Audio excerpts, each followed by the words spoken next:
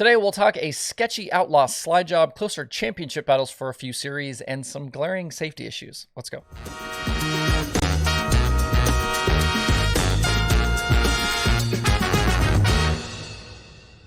It's Monday, September 19th. I'm Justin Fiedler. This is Dirt Tracker Daily. We'll start this new week off with a little discussion about what is or isn't a good and clean slide job.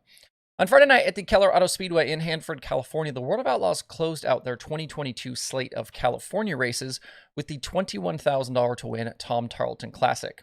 Carson Macedo was out front for 32 laps, starting on the pole, but things got spicy late in the going. The Shark teammates of Logan Schuchart and Jacob Allen had driven through the field, Logan from 10th and Jacob from 22nd, to get into contention. With 3 to go, Schuchart made his move for the lead into turn 1, throwing a massive slider at Macedo. The 1S did technically clear the 41, but Logan's speed was way down at that moment, and Macedo had nowhere to go but to pile into the back of the 1S. It obviously killed Macedo's momentum, which allowed Schuchart to take the lead, but the worst part was that the contact damaged the front wing supports on Macedo's car. Schuchart drove on to the win over his Shark teammate, but Macedo faded to 4th at the end with the damaged wing bits. As you can imagine, Macedo was not pleased with Logan and showed his displeasure after the checkered flag. In the post-race release from the series, Macedo was mostly diplomatic, saying, "It is what it is. It's just one of them deals I think you have to put into the memory bank and just remember," unquote. Schuchart defended his actions in victory lane, and in a tweet on Sunday said they were just racing for the win. He also said, quote, "My definition of a slide job is to park a car in front of someone, taking away their momentum. Some will not see it that way, and that's fine, but our rear bumper is bent, not our right rear wheel," unquote. Schuchart was showered with boos in victory lane from the California fans, who were probably fairly pro-Macedo. And I wouldn't personally call this a dirty slider, especially with what we've seen in other forms of open wheel racing this season and in the past, but I don't love the move here. Schuchart clearly did what he felt he needed to do to win, but if the guy being slid can't stab the brakes and keep rolling without hitting the slide thrower, then it's probably not clean. And this wasn't a little tap bumper to bumper. This was pretty significant contact with damage that took Macedo out of contention. The beauty of this type of racing, though, is guys get raced like they race other people. And in the future, when this favor is inevitably returned to Schuchart, hopefully he'll remember his own comments from this situation. Behind the drama for the leaders, it was another incredible performance for Jacob Allen. A 22nd to second run was Jacob's 4th straight podium finish and 13th top 10 in a row. Jacob's previous top 10 streak was just 4 races. We also saw a rare Donnie Schatz mistake on Friday night, late in the going while battling in the top 5. Schatz jumped the cushion in 4 and got into the outside wall on the front stretch. The damage ended Schatz's night with a 23rd place result. Schatz hadn't finished outside the top 20 in an Outlaw show since Merced back in March. The Outlaws are headed back east now with stops at Sharon and Eldora on tap for this coming weekend. No big changes in the standings. Brad Sweet still leading David Gravel by 74 and Macedo by 94. Rain on Saturday night at Knoxville pushed the late model nationals for the Lucas Oil Late Model Dirt Series 2 yesterday. That was Sunday afternoon. Bobby Pierce and Jonathan Davenport started together on the front row and both led laps early, but I did not have Tyler Bruning as a serious threat on my bingo card. The Iowa driver started 3rd and ended up actually leading the most laps. He was out front late and looked to be in a good spot for the win, especially with Davenport battling with Earl Pearson Jr. inside 10 to go. But JD got clear of EPJ and was able to reel Bruning in quickly and steal the lead with just a few laps left. Davenport has obviously won several crown jewels this season and a ton of money along the way, and yesterday's victory just adds to his incredible 2022. It was Davenport's first career win, though, in the Nationals. Bruning ended up settling for 2nd with Brandon Shepard 3rd at the end. 8 race nights remain in the season, and what was looking like an easy run to the end for McCready and a 2nd straight Lucas Championship is now anything but. Engine issues earlier in the race left him, Tim McCready that is, with a 25th place finish, and with Bishop on the podium, the gap is now only 100 points. Overcoming that deficit is going to be very doable for the Rocket House car if they can stay hot.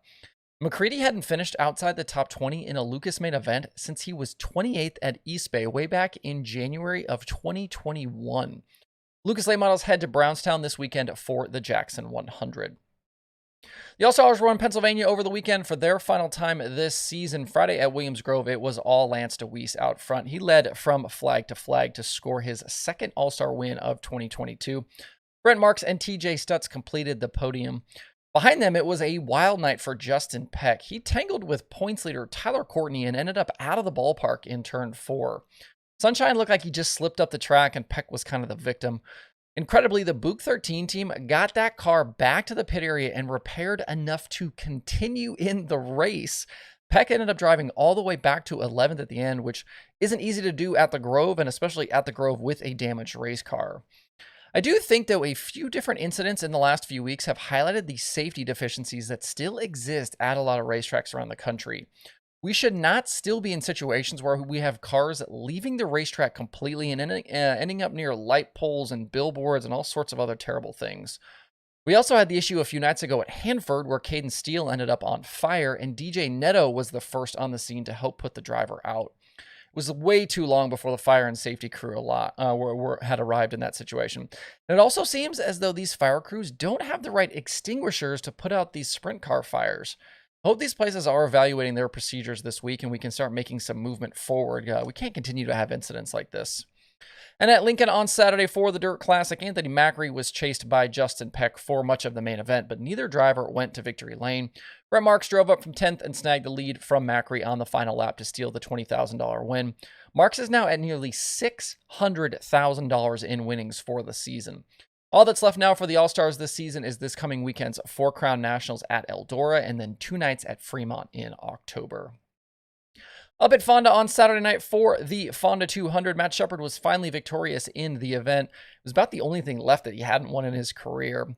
He started 11th and slowly worked his way towards the front, finally taking the lead for good after a caution at lap 131. Anthony Perego tried to run him down late, but couldn't get close enough for a move. So $53,000 to Shepard, with Perego second and Mike Mahaney in third. Shepard leads the Short Track Super Series Elite Series standings with 2 wins now. And he's also out front in both the North Region and South Region. And let me remind you, he's also in control with the Super Dirt Car Series. We could very likely see Shepard sweep the Short Track Super Series championships this season while also taking down the Super Dirt Car title. It's been a very good year for that 9S team. The USAC Sprint Cars were back in action over the weekend, and the race for the championship is suddenly a lot tighter. Friday night at Circle City, it was all Kevin Thomas Jr. He led every lap and scored his second win of the year and second in 3 races. KTJ had been focusing on winged racing this season, but has been better as of late with the wing off. He did have to fend off Brady Bacon on that final lap, but Bacon didn't take the chance and throw a huge slider like he could have and like a lot of his compatriots would have with that series, and instead settled for second.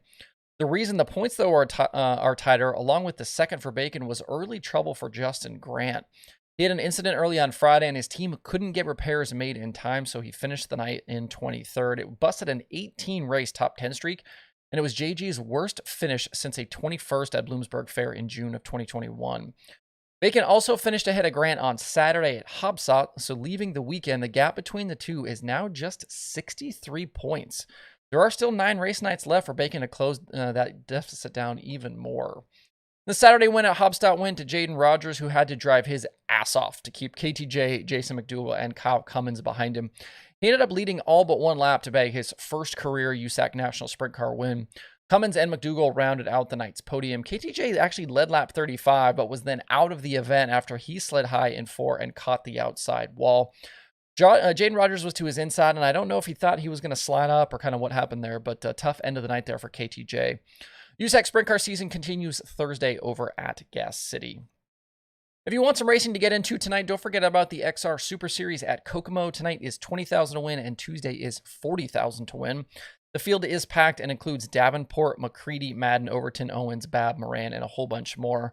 Brandon Shepard is back in the B5 tonight as he gets ready to go full-time in that car next season. You can watch the Kokomo Dirt Nationals live over on XR+. Other weekend late model winners included Max Blair at Erie's, Ashton Winger at Magnolia. Cade Dillard was actually the Saturday winner at Magnolia. Ross Bales was a ULMS winner at Dog Hollow. Michael Chilton won the Ironman show at Atomic. Mark Whitener was a crate winner at East Alabama. And Will Harrington won the Southern All-Stars show Sunday at East Alabama. And at the Hockett McMillan Memorial on Saturday, Wayne Johnson led the final 16 laps to score the ASCS win over Blake Hahn and Scott Boguski. It was Johnson's 59th career National Tour win. He trails Blake Hahn, though, by 101 points for the ASCS championship. In the non-wing portion of the night with War, Chase Randall ended up on the winning side of a battle with Mario Klauser. Wesley Smith also in the mix there as well.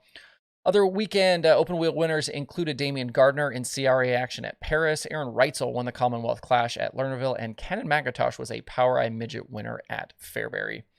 There are 3 items on the streaming schedule for today. Like I said, XR Plus has the Kokomo Dirt Nationals for the XR Super Series. Dirt Vision has the iRacing World of Outlaws late models, and there is Flow Racing 24/7. To see the full daily streaming schedule with links to watch, visit dirttracker.com/watch tonight. Make sure if you want to get some merch, you can head over to shop.dirttracker.com. I should hopefully have Dirt Tracker hats in hand later this week, so stay tuned for those, but you can get decals and shirts over at shop.dirttracker.com right now. That's it for the show today. Have a good Monday. Make sure you like and subscribe to these videos. Thanks everybody for tuning in. We'll see you tomorrow for more Dirt Tracker Daily.